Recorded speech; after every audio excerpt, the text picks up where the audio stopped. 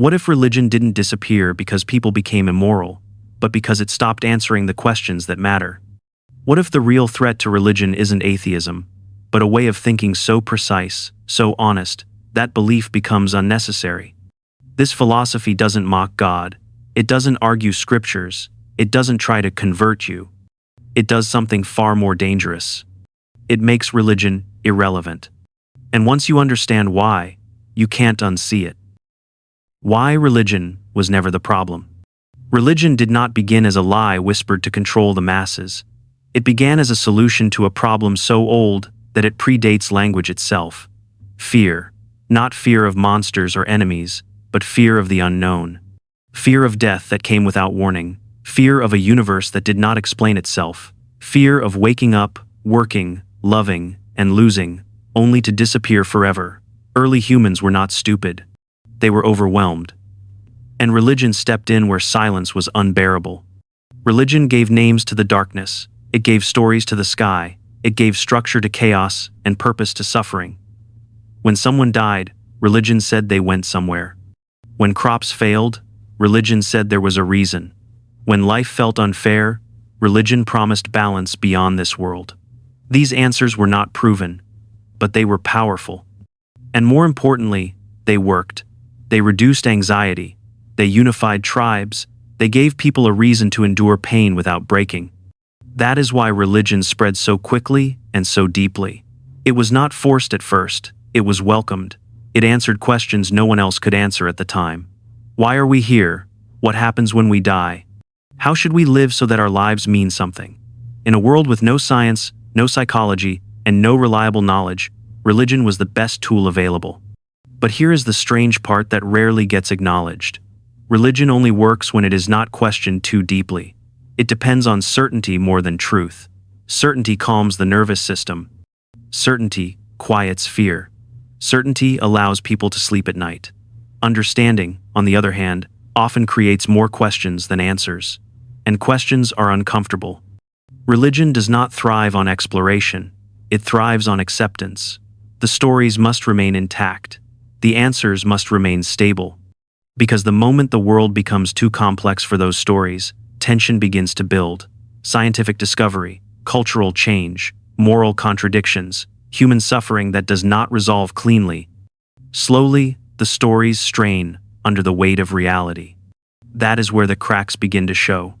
Not because religion was evil, but because it was designed for a simpler world, a world where questions were fewer, slower, and easier to silence.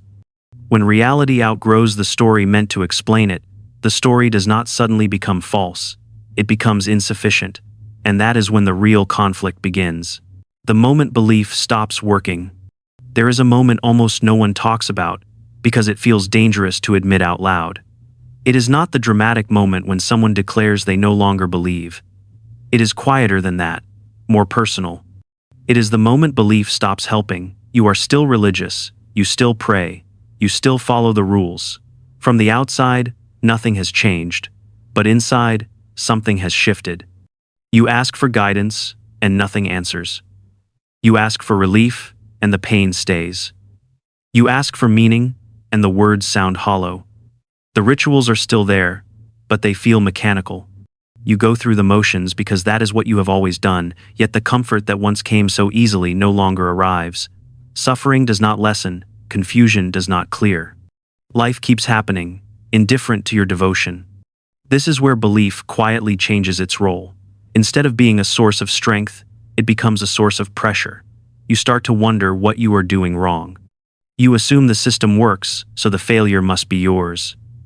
You did not believe hard enough. You doubted too much. You asked the wrong questions. Religion has a ready answer for this moment, and it has used it for centuries. The problem is not the belief. The problem is you. Your faith is weak. Your commitment is flawed. Your doubt is dangerous. Doubt is framed as corruption rather than curiosity, as betrayal rather than honesty. And because you were taught that doubt leads to punishment, you learn to suppress it. You push it down. You silence it before it can finish its sentence. But here is the turning point. What if doubt is not the enemy? What if doubt is not a failure of belief, but a signal from your own mind that something no longer aligns? What if doubt is the first act of intellectual integrity?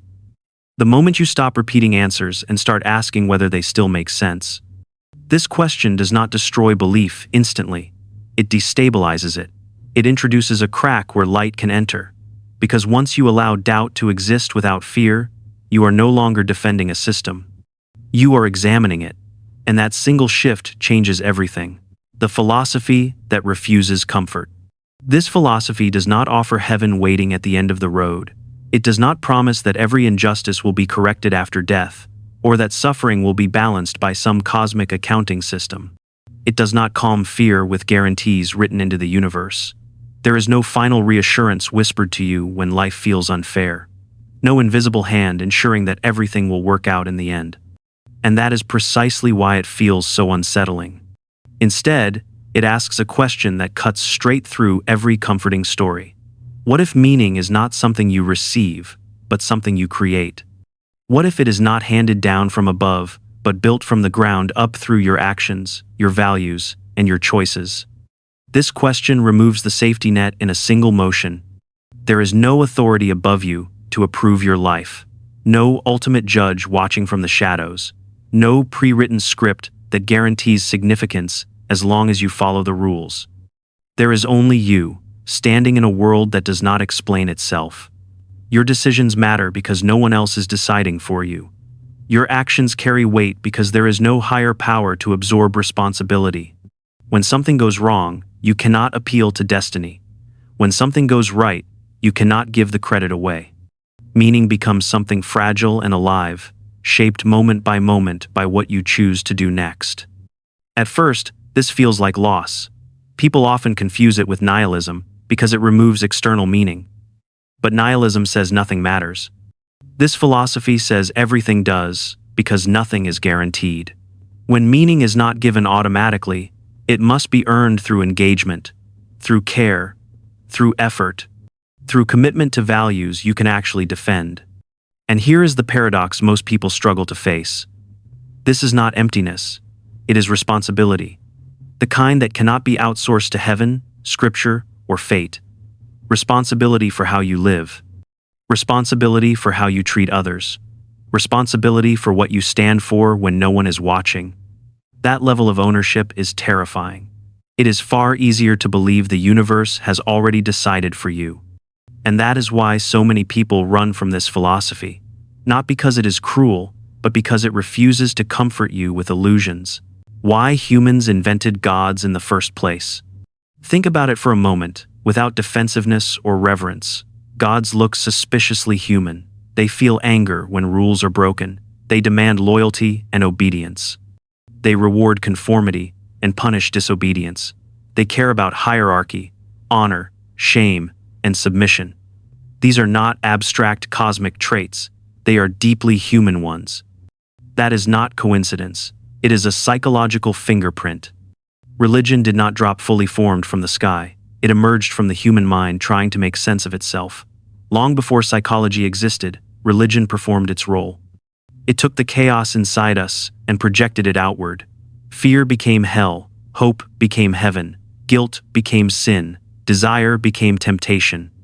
The inner moral struggle was transformed into an external cosmic drama, easier to understand and easier to control. When people felt watched, they behaved better. When punishment felt inevitable, rules held weight. When suffering felt meaningful, despair became tolerable. Gods became the mirror through which humans regulated themselves. They were not just supernatural beings, they were moral surveillance systems, social glue, and emotional regulators rolled into one. This is why gods change across cultures and eras. Peaceful societies imagine merciful gods. Violent societies imagine wrathful ones. Authoritarian cultures produce commanding deities. Human psychology shapes the divine image, not the other way around. The traits we feared, desired, or needed most were elevated into sacred law. This leads to a realization that is uncomfortable but clarifying. God did not create morality. Morality created God. Humans first developed instincts for cooperation, fairness, and social order. Then they wrapped those instincts in stories powerful enough to enforce them. The authority of the divine gave moral rules, permanence, and weight in a world without scientific understanding or legal systems. Once you see this, religion looks different, not like divine instruction delivered from outside reality, but like an early psychological survival system developed within it. It helped small groups function. It reduced chaos. It explained the unexplainable. For its time, it was effective.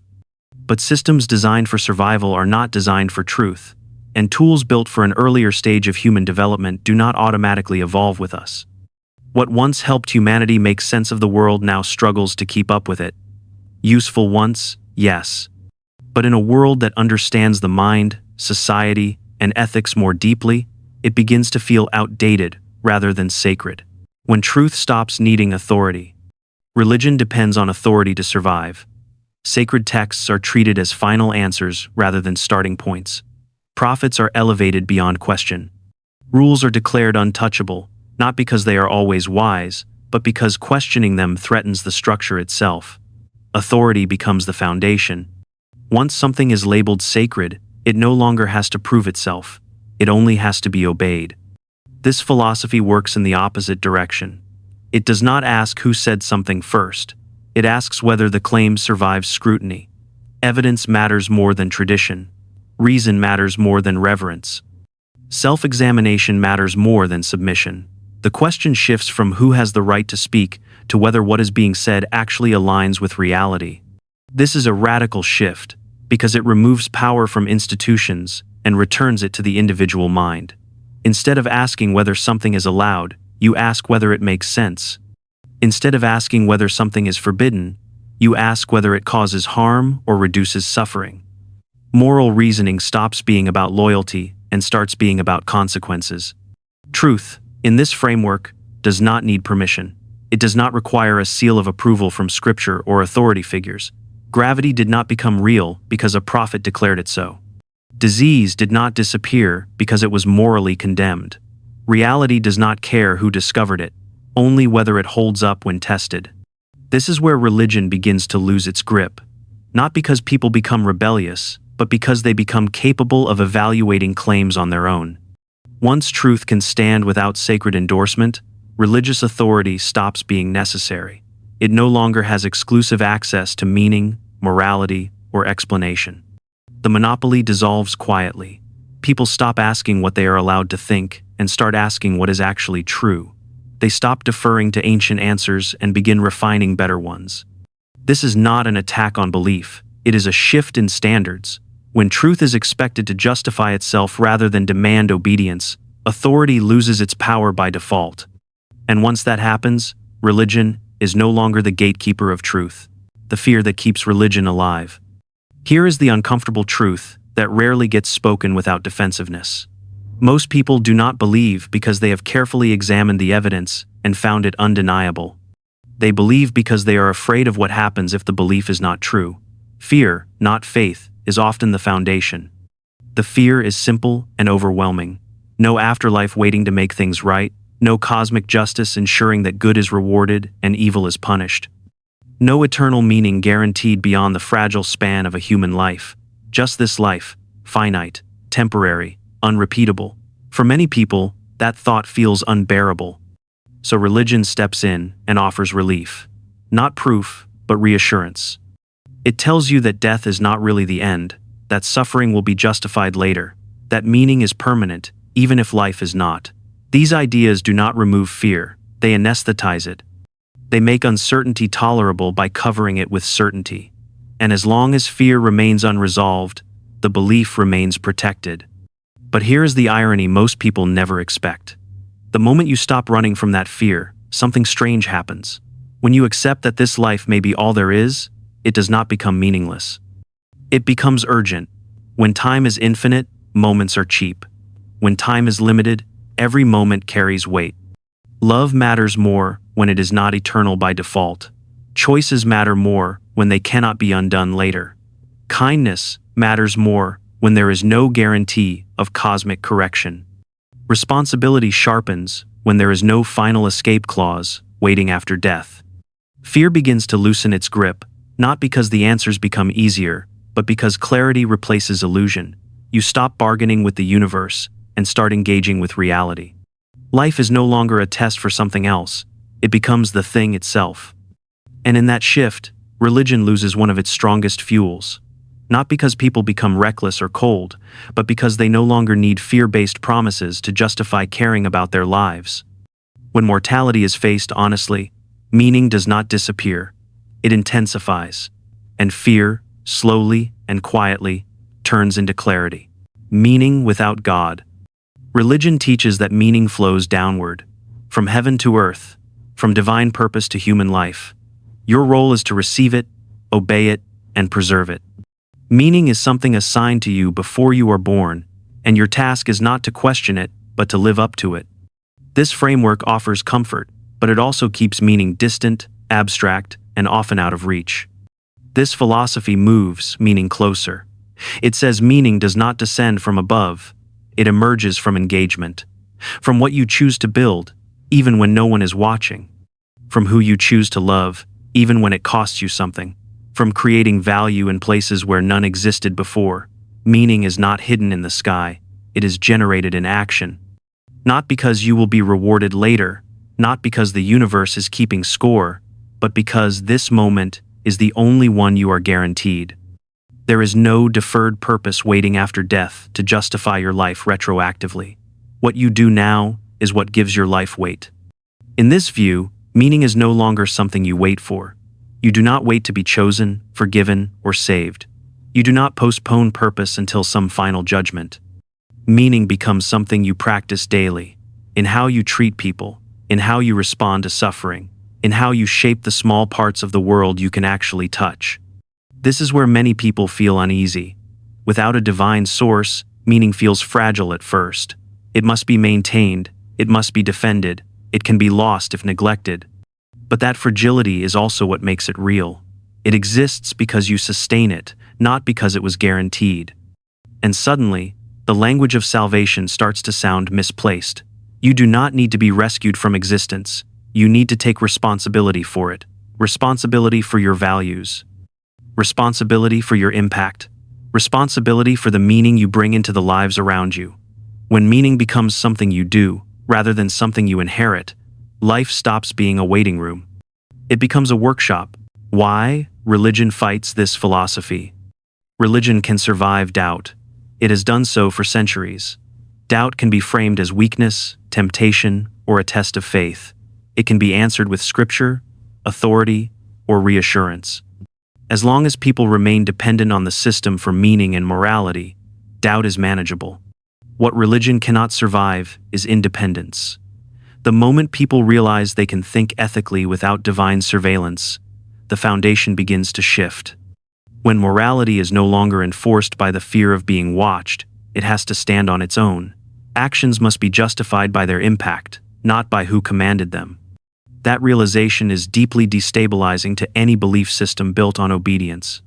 Once morality stops being outsourced, responsibility returns to the individual. People begin asking why a rule exists instead of whether it is sacred. They start evaluating harm, empathy, and consequences rather than loyalty. Ethics becomes something you practice consciously, not something you inherit unquestioned. Fear plays a critical role here. Religion relies on fear as a stabilizer, fear of punishment, fear of being wrong, fear of eternal consequences. But when fear stops working, control weakens. When people no longer believe they are being constantly observed by a higher power, behavior no longer depends on surveillance. It depends on values. This is why religion does not usually collapse in a dramatic moment. There is no single revelation that destroys it. Instead, it fades, quietly, gradually, as fewer people feel the need to consult it before making moral decisions, as fewer people look to it for explanations of reality, as fewer people rely on it to justify compassion or restraint. It becomes like a tool that once solved a real problem but can no longer address the challenges of the present. Not evil, not useless, just outdated. And outdated systems often respond the same way. They resist change, they warn against independence, they frame self-trust as danger. That is the real reason this philosophy feels threatening. It does not attack religion directly, it makes it optional. And nothing unsettles a system of authority more than the realization that people can function, think, and live meaningfully without it. This philosophy doesn't destroy religion. It outgrows it. Religion was humanity's first map through the unknown, but maps aren't reality. And clinging to old maps doesn't stop the terrain from changing. The question isn't whether God exists. The question is whether you're willing to take responsibility for your life without needing permission from the sky. Because once meaning becomes something you create, once morality becomes something you practice, once truth becomes something you question, religion doesn't feel evil. It feels unnecessary. And if this made you uncomfortable, good. That's where honest thinking begins. If you value truth over comfort, clarity over tradition, and responsibility over reassurance, stay curious, subscribe, and never stop questioning.